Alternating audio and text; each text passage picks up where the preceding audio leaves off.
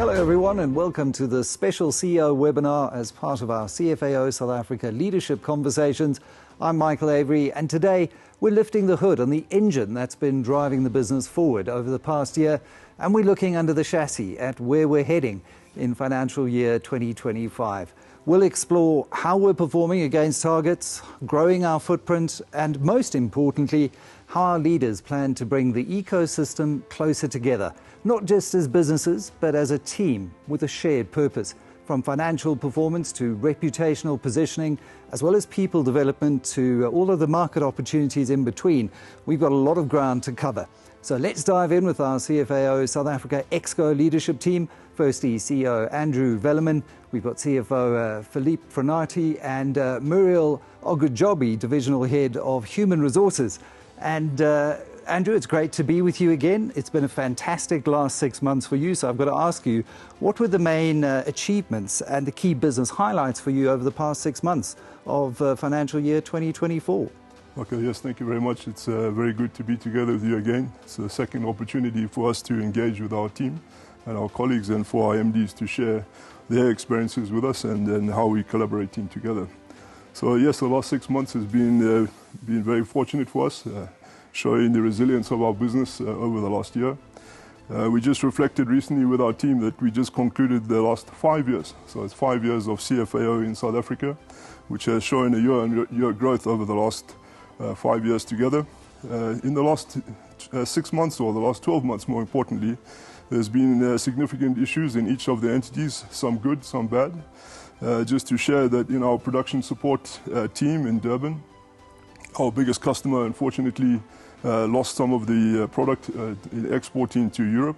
So we had to focus on the recovery of this portion but while looking at the motivation of our team. So this we have done as a key point as part of our development, but also in this area there's been a new introduction of our Ogihara project, which is a stamping project for our biggest customer in the Durban region that has been successfully set up, that hopefully will start later in this year. As we move into the mobility space, so our mobility retail, some good performance across all of the brands. Some of our brands suffering because of certain market issues that have happened during this recent time, but have also been supported by a strong performance in our rental fleet, with notably with a strong performance in utilization of our Hertz fleet over this last year. If we move across to the equipment space, we've had a large success and great success in corporate tenders, which has seen a very positive result overall.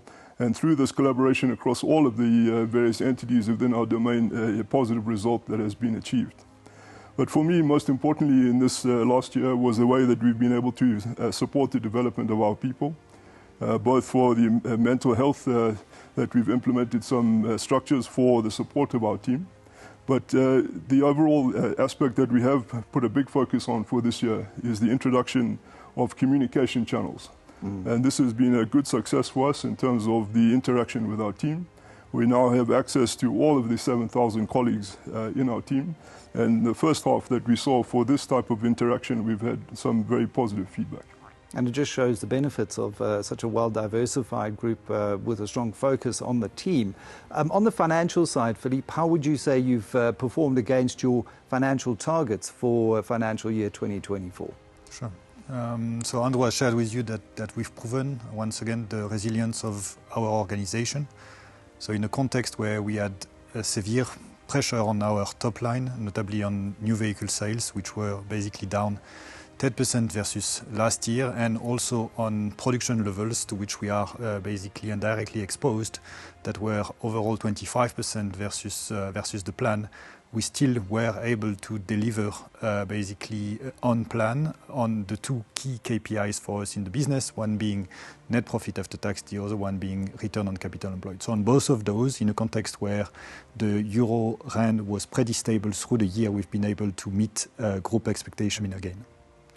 That is an impressive performance given the pressures, given those macro headwinds that have been facing the South African automotive sector.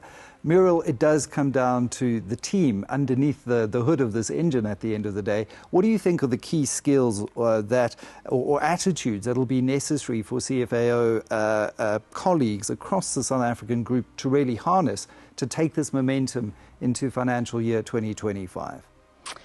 I think what we are trying to make sure that our people, our colleagues are able to develop in our organization is a strong sense of resilience and in the same time of flexibility. The customer satisfaction is clearly one of our key targets. So we really need people who are able to be agile, to always try to make sure that they can address the needs of our customer in an environment which is quite complex and which is always basically moving. So, and of course, you also need to be very optimistic in an environment like ours. But so far, all of that needs to be done with a lot of empathy and with a lot of, let's say, being able to listen to what we need to implement for our customers. Agility, empathy and optimism, I think, are great tools to help guide us through a period of great volatility with Trump and trade wars and the GNU and everything that's going on in South Africa. Andrew, what would your vision be for the group in 2025, given the list of uncertain factors that I've just mentioned? So there's definitely uncertainty in the market, as you pointed out. For us, it's about our team first, our colleagues first. So focus on their well-being, putting structures in place to support them. We have several initiatives on the education front, supporting the education of our colleagues' children as a starting point. We continue to focus on the safety of our people, as well as the carbon zero for the overall reduction of carbon gases. These are group initiatives that have been implemented and are a strong focus for us. From a business perspective, we remain acquisitive for new opportunities. Even though the market is tough, we are a long-term player that is looking to expand our network. We've also recently, through the group initiative, invested in healthcare in South Africa, as well as renewable energy. And then on our production side, continue to look for localization opportunities with new suppliers from around the globe that are interested in South Africa. Because of our long-term mindset, we're not scared of the short-term issues, but more looking to develop and create the structure going forward. And then also because of the nature of our business with annuity income on both the rental fleet of our Hertz business and our equipment business, these are offering some longer-term income as well. So overall, the diverse portfolio is quite supportive to get through these difficult times. And one can have that strategy, but often remaining agile to opportunities. You see opportunities sometimes driving strategy as well. And in a market where those might present, it's really interesting to hear you've got that agility. Philippe, would you say the outlook for financial year 2025 is positive, given the challenging macro environment? Look, we've all shared that there's instability, there's uncertainty, both locally and obviously worldwide at the moment. That is overall putting pressure on the business. We're quite clear on our side that there won't be much opportunities in terms of market growth, both on new vehicles, forklift, and so on. So we will have to work within basically a set environment, but we do believe that we are poised as an organization to gain market shares, and that because of the stability of the group, because of our long-term view, we will be in a position, as we've proven in the past, to gain further market shares. So we're stronger than our basically competitors, and what we have to do, and that's on all of us, is to basically be excellent operationally so that we can keep on gaining market share. It's very interesting listening to that and what the CEO of NVIDIA had to say about the core moat in that business being the strength of its people. And Muriel, for you, that's a core focus, I'm sure. How do you focus on differentiating the group in a very competitive automotive market to ensure that you remain attractive? What are your people strategy focus areas for full year 2025? I think really for this year, what we really want to implement is an organization where our people can feel like they are not just working for us, they are growing with us, where they have an opportunity to develop their career. And to do that, there will be more initiative around skills development.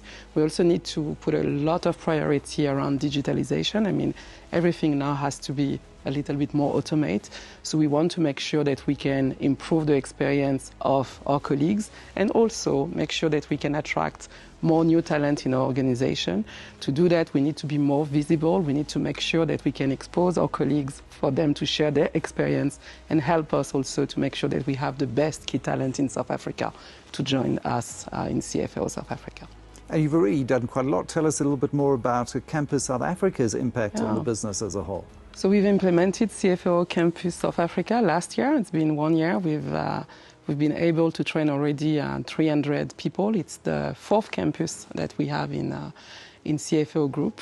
And it's quite nice to see our colleagues coming from the different entities, learning together and being able to share a new culture, to develop a new culture, making sure that they have a kind of common ground in terms of learning.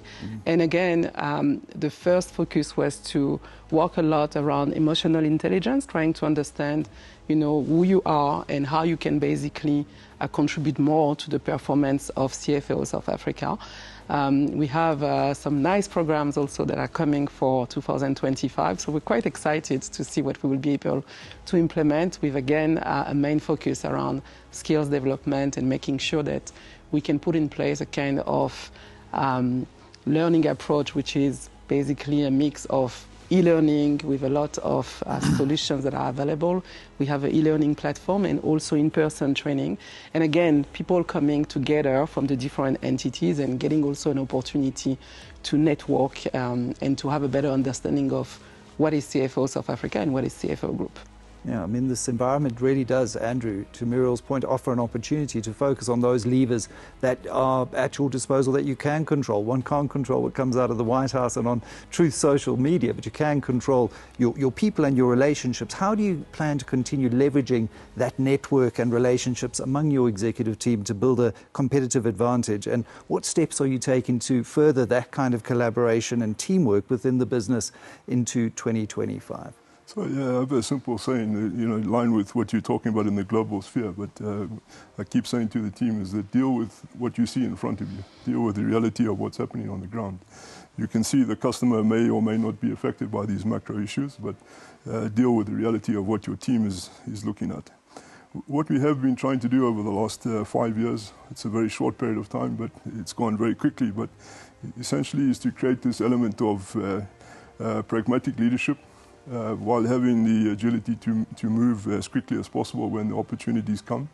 But we focused on the team, the sort of top 200 of our team to make sure that we have the right people in the right place. There have been certain changes over the last 5 years, but I think at this point in each of the entities we have a strong leadership that is very much in contact and in good relations with their customers, with their team, and with the stakeholders. And this type of environment that has been created on a very much trust-based relationship, I think is going to set the frame or the starting point for the next step.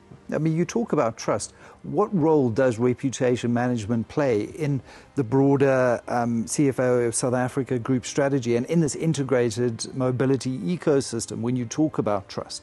So trust for me is, I keep saying, well, one of the themes I've been trying to drive for the last 6 months is reputation above all else. We are very much a premium supplier, a premium operator within the industry. We are a market leader in working towards market leadership, maybe is the right term. But in our production team, we are the biggest supplier to the automotive industry in the Durban region. For the mobility retail, we are now number 2 in the market in terms of size. And in our equipment business, we're the market leader with the forklift in South Africa. So to hold this position means that we have to be transparent, that we have to be open and develop a trust-based relationship with our customers. So a customer is always first. Of course, in reality, the people are first. Our colleagues are first. Without them, we can't do anything. Whenever there's an issue, that must be resolved immediately for the customer. And through this activity, we're developing the reputational base. How would you describe the reputation? If you could sum it up in a couple of words of CFAO South Africa, what would you describe the reputation as? So I think we are a reliable partner. We are a well-established partner. We have a lot of expertise in each of our entities, while CFAO in South Africa has only been going for 5 years. This year will be 40 years for CFAO equipment. CFAO Mobility has had more than 100 years in South Africa. As Subaru Southern Africa, we have more than 30 years in operation. And in our legacy business for Toyota Tsusho Africa and AMS, more than 25 years. So this long-term mindset that we refer to, which is stemming from the group's 170 years in Africa, is one where this reputation has been developed and one that we have to maintain and treasure. In terms of maintaining and treasuring and even further enhancing that reputation, do you have any specific strategies that you're going to be executing on in the next year to further that reputation amongst your key stakeholders? So definitely in terms of collaboration from our team and how we're developing new brands is important. So we're very much reliant on legacy brands at this moment. We're moving into newer brands and that is through the reputation that these brand holders will come along. But we also operate in an environment where we have a certain delegation to each of our entities that are very clear. But this theme of trust and collaboration is one that we're pushing down to each of the MDs, and we're seeing that through these engagements that we're having more and more open communication. Even myself getting a lot of contact from many of the 7,000 colleagues in operation. We're having the opportunity to be on site together with them. So this sort of visible leadership is one that we're trying to drive. And very encouraging to hear the feedback from our first webinar. Yep. And hopefully this is a continuing part of that process through an ever-expanding and large organisation with over 7,000 employees. Philippe, I know you've mentioned that there's, probably from an expansion acquisition perspective, not too many opportunities, but to Andrew's point, you've got to remain open and opportunistic if anything does happen. What do you think are the key trends, though, the emerging market trends that are going to impact the business over the coming 12 months? Sure.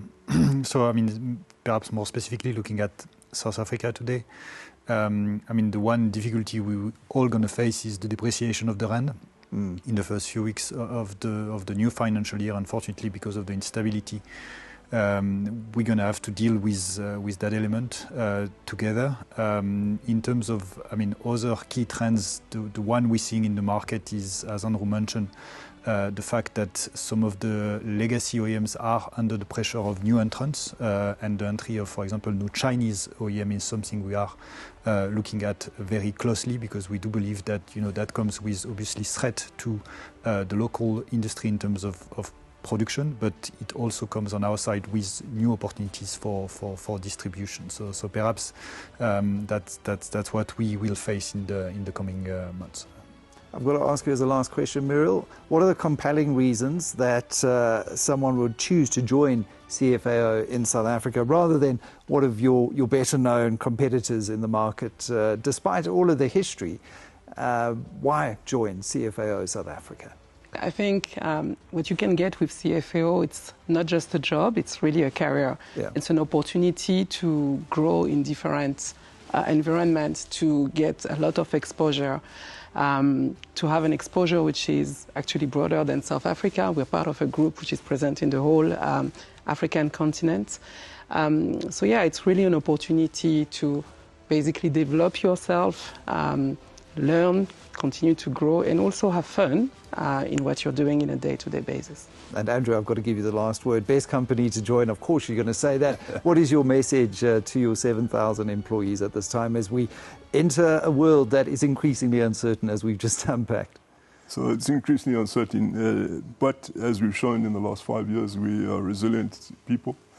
I must give thanks to everyone in our organization, all 7,000 people, fighting the good fight every day for the good success that has been held over the last 5 years. To say I hope that we've created the space for everybody's development, for the support, and we remain committed to that. And please keep looking out for these messages, and if you see us on the ground together with you, please come and say hello. But please look out on the social media, on all the web pages.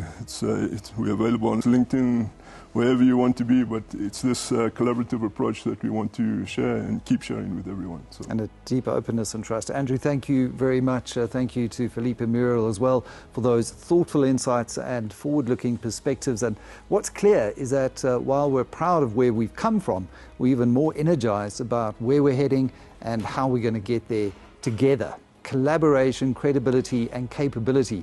That's what will define CFAO in South Africa in 2025. Now let's zoom in on the next gear of this leadership conversation, our managing directors per subsidiary on the ground who are making the strategy come to life each and every day.